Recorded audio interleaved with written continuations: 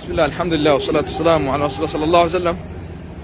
Hordoftoota daawwattoota keenya amma gaa kan ta'e argamnu kallattiidhaan hiriira mormii nagaa sagalee ummata keenya kan miidhamaa jiru guutuu Itoophiyaa keessatti shororkaa jiru mootummaa shororkeessaa Itoophiyaa faashistii Abiyyiitiin kan ta'e yeroo ammaan tana daawuntaawun keessatti hiriira nagaa hawaasni keenya kan misottaadha magaalaa gudditti Minneapolis magaalaa gudditti tanaantu daawuntaawun keessa jirra akkasii gaa Haji Umar Faalleen hiriira baanii as jiranii uummanni keenya mirgi isaa kabajamee fi nagaan haa jiraatu waraanni Itoophiyaadha ajjechaa fi saamicha uummata keenya irraa dhaabu jechuudhaan jechaa jiranii kana fakkaata gaa hiriirri nagaa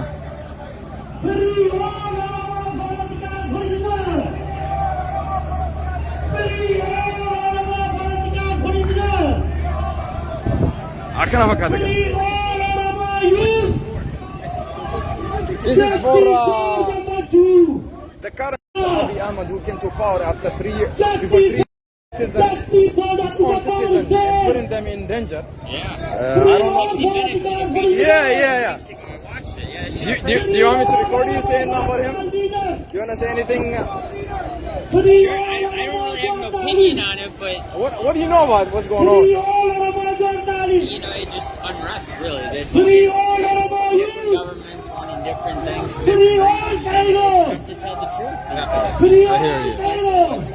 Absolutely. So we want the Americans to know, we want them to know the truth that is happening on the ground in Ethiopia. What can I do? How can I help? At this moment, American is cutting their, I think their big support that they are giving out to Ethiopian government. For example, they have business trading for without tax that they, I think what they have is, what do you call it, is a tax-free business that Ethiopian people are having from the American government. So the other thing is, America is a big ally of Ethiopia. They've been funding billions of dollars to the Ethiopian government. The Ethiopian government is not using that wealth, that money. Yes, they talked about that. They gave like 120 million. Yes. And, like the guy just pocketed that shit basically. Yeah, they're using that money killing innocent people. Yeah, no, it wasn't for, like, we gave them for food. Yeah. Okay, yeah, well, good luck, man. Thanks, man. Can you hold this one? Can I put my gloves on? Sorry, man. Can you hold it like that? Yeah, thanks, man. Thank you. We need peace, not war. We need peace, not war. We're demanding for justice and peace. We need We want peace, the fire to be seized, you know. Yeah. Ethiopian government is not stopping the fire right now. We want him. He's bombing his own innocent people with drones. No, it's great. a fighter. Thank you very much. Ola is not terrorist. We stand with Ola. We stand with Ola. daawwattoota keenya akkuma agartanii Facebook is not working with fascist regime.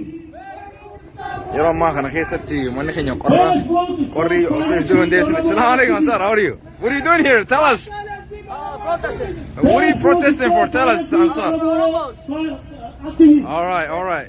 So what are you demanding? For free justice for Hamas, justice for Jawad Muhammad, that's all I'm getting and others. All right, we want peace in Ethiopia at the moment, right? Yeah. Yep.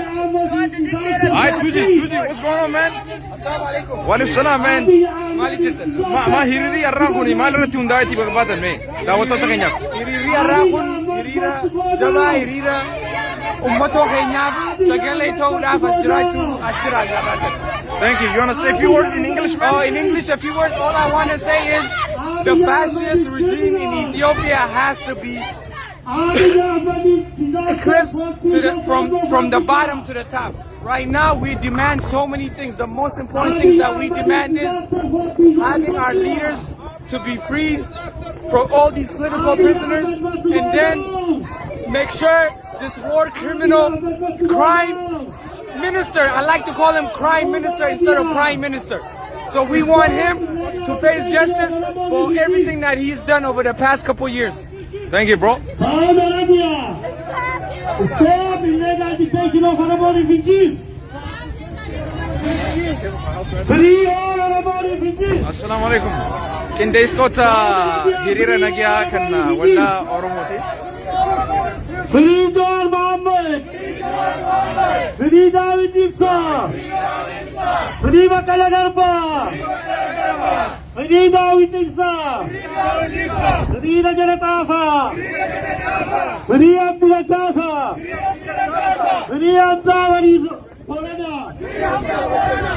Free Mikhail Boran. Free Colonel Macho Ayana.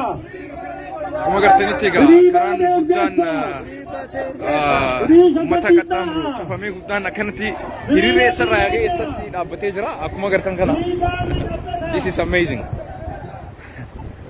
Amma osoo Itoophiyaa ta'ee qaata dhukaasni itti baname jechuudha uummata keenyatti.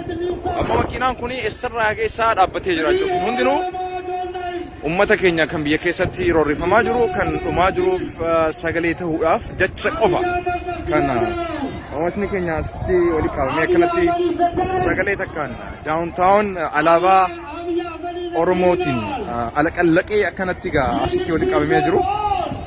Kanaafuu inshallah gaa rabbiin hiriira kanallee gahee nuun haa jedhu. Ammaan tana bakkitti argamnu WCCO kuni TV stationaa guddaa kan Minnesotaati. Akka dhufee sagalee uummata keenya kan walloo irratti drooniin boombiin abiyyiin faashistiin 37 ol darbuudhaan haleelchaa jiru akka gabaasu guutuu addunyaatti fakka dhiyeessu sagalee uummata sagalee hin qabneef akka sagalee ta'u maaliif nuti illee taaksii waan kafalluuf jecha saniif hawaasatti gabbahanii uummata irraa dhageessuu qabdanii jechuudhaan uummanni keenya dhiibbaa godhanii gabbaatanii sagalee keenya dhageessuu qabdan jechuu jiran addunyaan akkana jirra gaa akkana fakkaata gaa hiriirri yeroo ammaan tana orkestiraa hool bira jirra. Orkestiraa hooloonni kun bakka iddoo wanti warri waa wallisu kun keessatti waa galma gaggeeffatanii.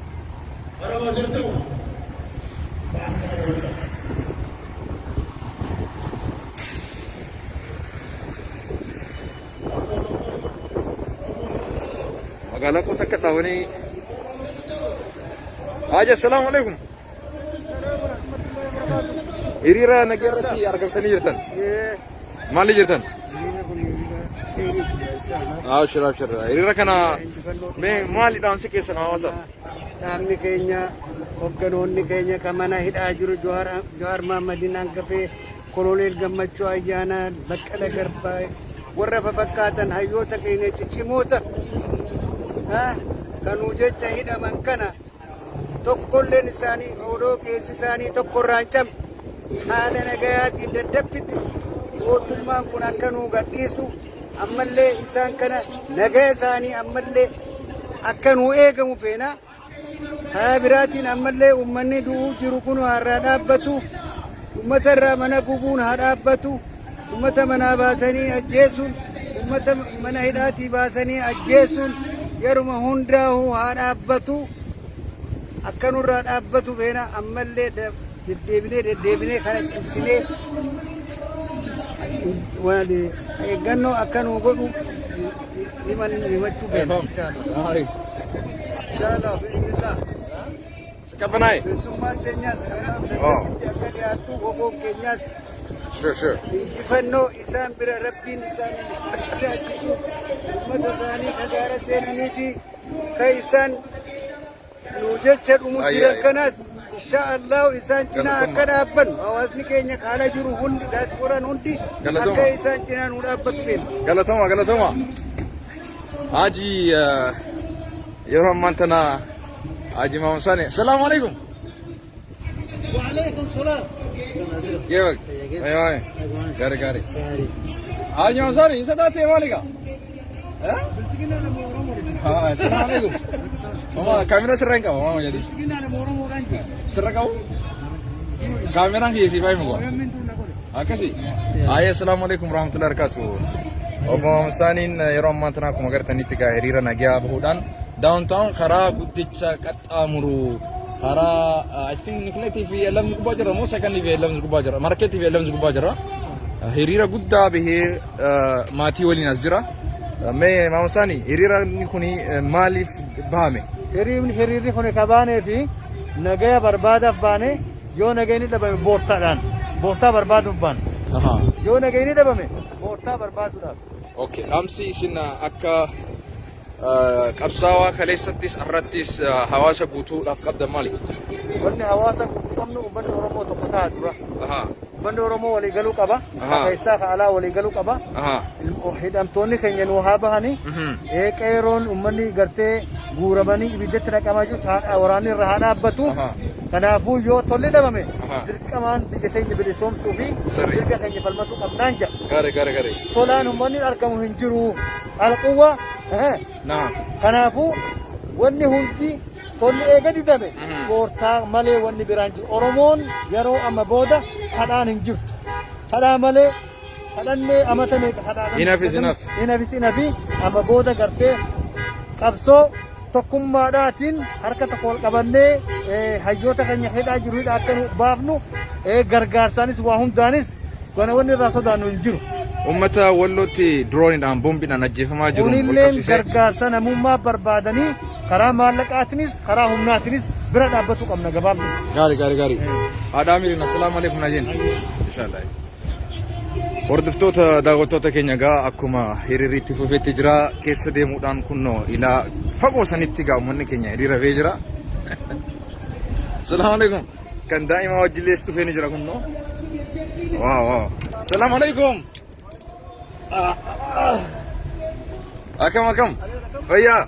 Daa'ima waliin dhuftee qabbana kan keessatti hiriira bahuudhaaf. Maashaallah maatii guutuu qabattee dhufte. Kuni ergaa guddaa qaba gaa. Nama sammuu qabuuf. Maashaallah.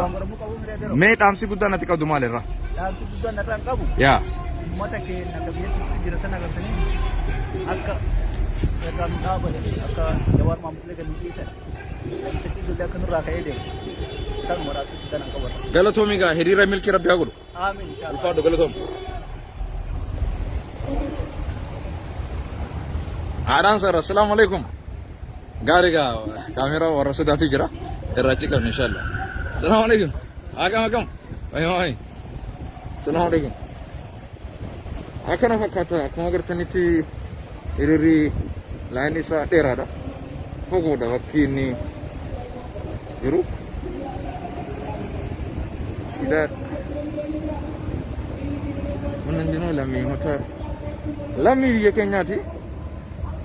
Uummata sagalee hin qabne sagalee ta'uudhaaf asitti argamanii jiranii. Akkuma agartan.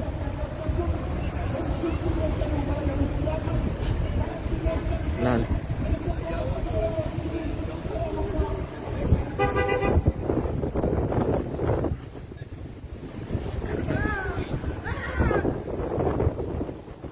Hiriirri dheeraa akkuma agartan. Karaa kanallee qaxxaamuree isin garsiisuun nan jira.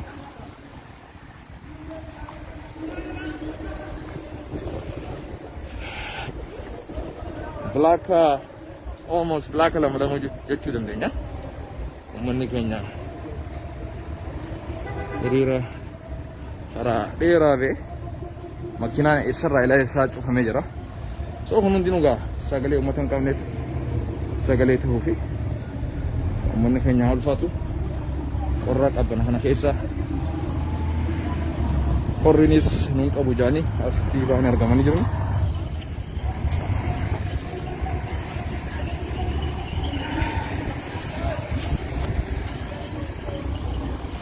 Kan fakkaata gaa hiriirri yeroo ammaa dura.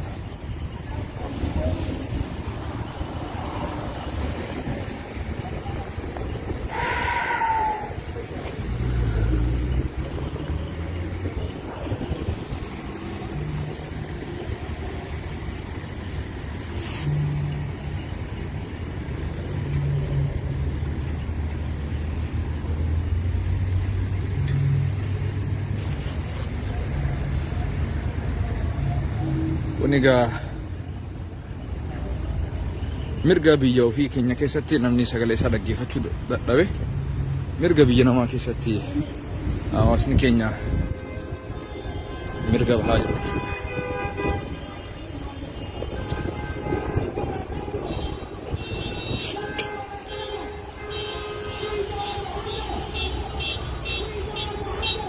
Free Jawar Muhammad jechaa jirani. Akkuma agartan alaabaa Oromoo.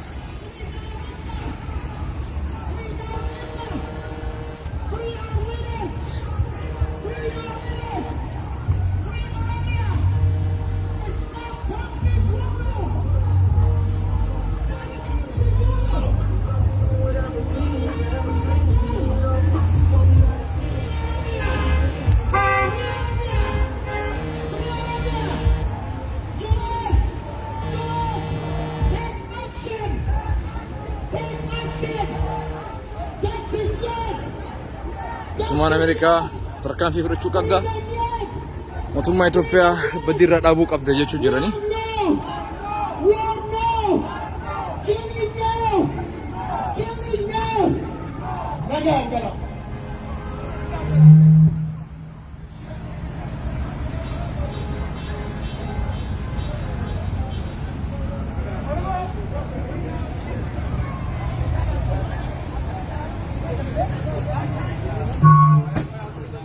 Oromo akkuma juttutti deemaa dhageeffadhaa Oromo hiriirarraa lammata ikkatti haftuu qabu yeroo ulmaan Oromoodhaa dhumaa jiran kallattii boobbiidhaan dhumaa jiran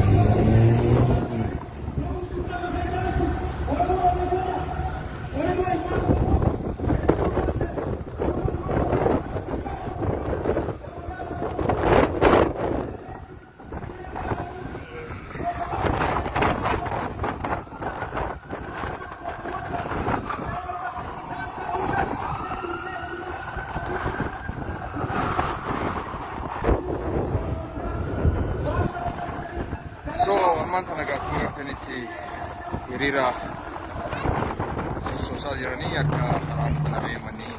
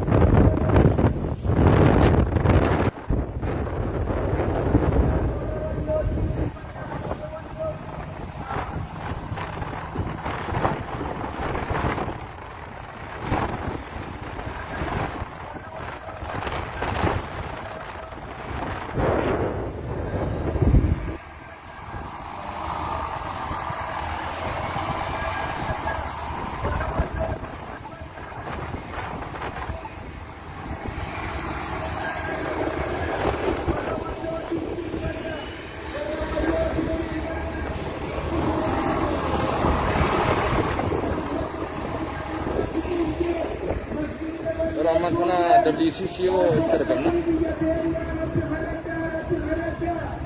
Kuni iddoo wanni inni itti dabaru miidiyaa guddaan Minisootaan qabu. Akkuma agartanitti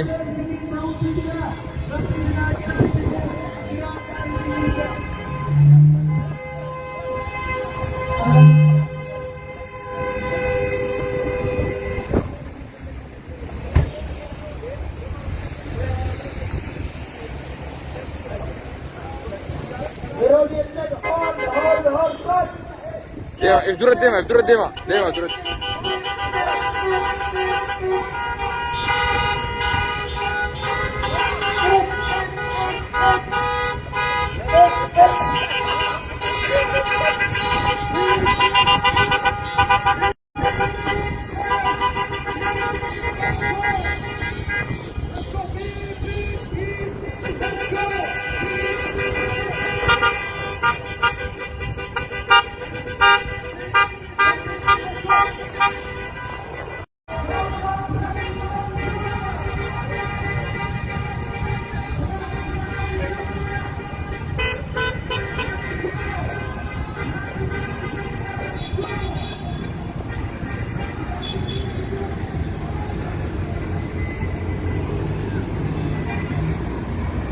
akkuma agartan gaa hiriirri nagaa kan magaalaa Minnesotaadha akkana fakkaata.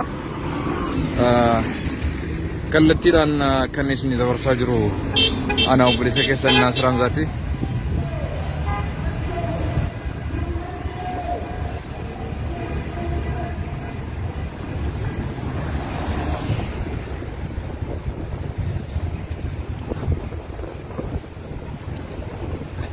How are you, sir?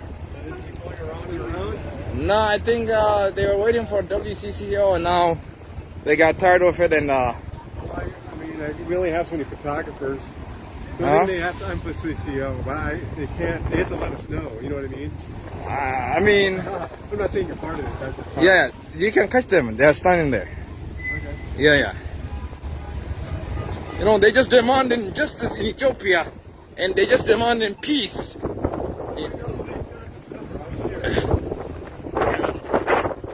So this is, yeah. But they post on Facebook. Yeah. Then we could So this is the. So this is the.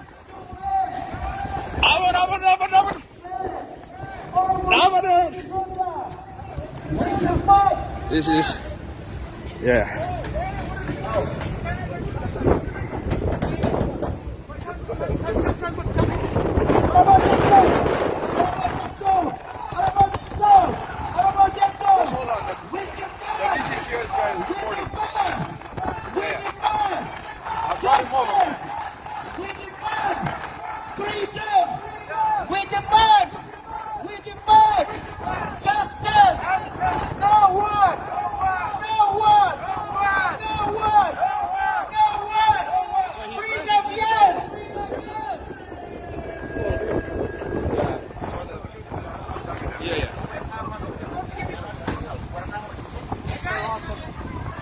Keep doing your job. Keep doing your job, man. Move on. Prime Minister of Ethiopia! Prime Minister of Ethiopia! Is a killer! Prime Minister of Ethiopia! Abiy Ahmed is a butcher! Prime Minister of Ethiopia! Abiy Ahmed is a dictator! Abiy Ahmed must go! Abiy Ahmed must go! Joe Biden! The President of the United States! We demand action! Now! We demand action! Now! Abiy Ahmed! Stop! Obey the Oromos! No justice in Oromia! No peace in Ethiopia! No justice in Oromia! No peace in Ethiopia! Abiy Ahmed must go! Abiy Ahmed must go!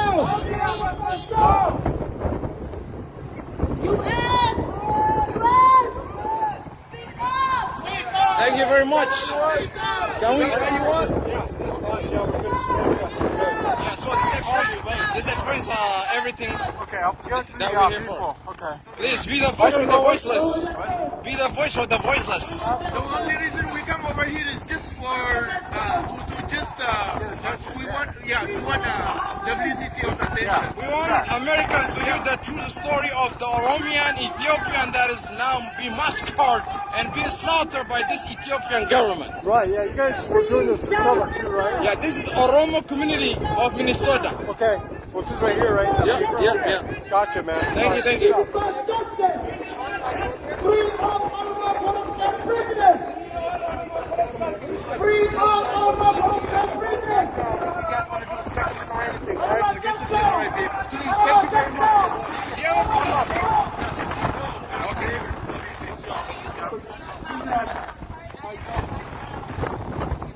Assalamu alaikum. Walaikum assalam wa rahmatullahi wa barakatuh.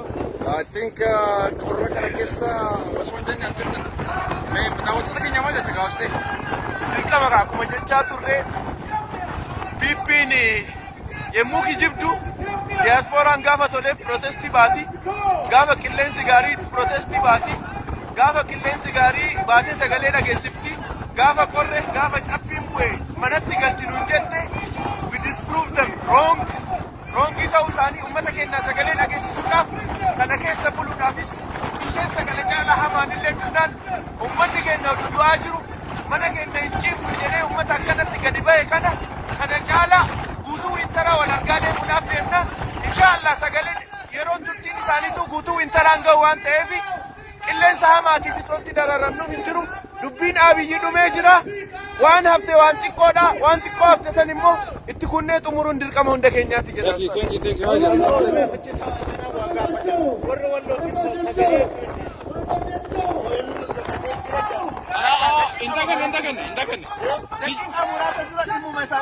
Kijiba seega.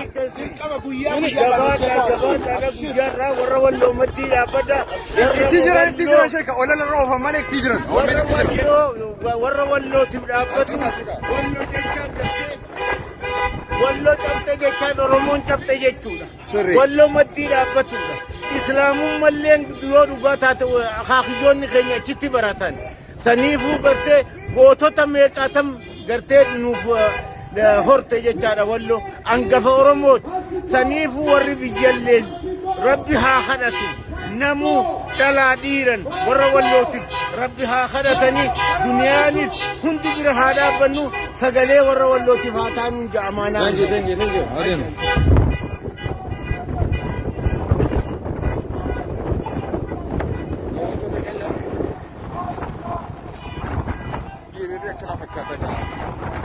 Magaalaa Dakkuu gara xumuraa deemaa jira. Hajji Umar juga asirra mati kan sisa afan illee dannee ijuma finna kuma mudata abbana isiga it's very cold abbanti egalte amma torban takka fi lamaaf deemna wintarri keenya ka early dhufo gayyu abbanti gayyu tamisoota dhaabati jaa tokko fasilasa waatuma sadi abbaatu umalte rahmatuma rabbi diga kunundinu akana jirraga ha inshallah gartee namu aizo gartee jabaadha keerum biyyalleen jabaadha inshallah jarriga makiinaan hiriira hoo jira nuti ifirraa minuuma hiriira seenne dabreetti rabbiin gartee nutti deebisu no hold on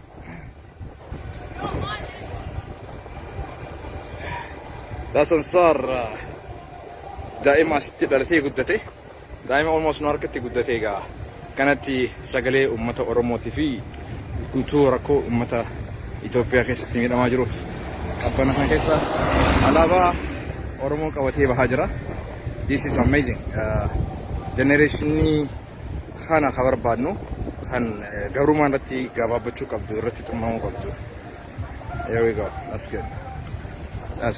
good so coverage Omar Banuga arkanejra rabbi no hada geew yan juma oletiga mantana halkan juma fitne guja juma fitne amma halkan satti jalqaba jirra akkuma gartani tiga hiriri yero mantana raawwatee jira sagantaa biraatiin hagol deemnu xumura gabrummaa rabbi nuuf haa godhu hiriira hangartee hiraariif jecha rakkoof jecha cinqiif jecha sagalee uummata keenyaatiif ta'uudhaaf jecha kabaane kun karraa boodaa rabbiin haa godhu jechaadha.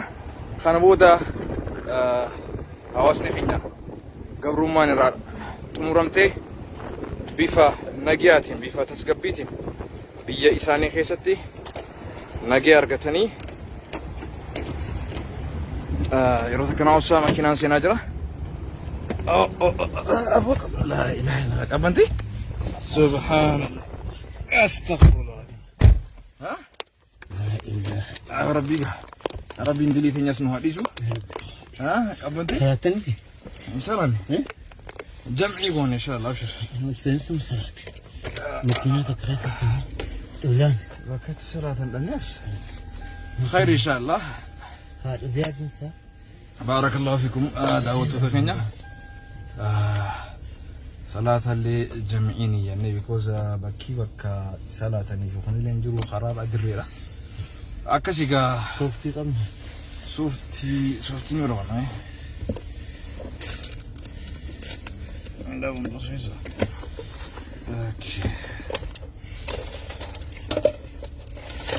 Qabbanaa. Maatii miti tadiliitee san. Inshallah. Isin raayii qorannoo godhu. Akkasiga daawwattoota keenya walitti deemna. Gara salaataa achi deemna inshallah. I think maghriba xiqqoo dura azaane. Akkasiga. بارك الله فيكم. تركي قاري نجن جردا والسلام عليكم.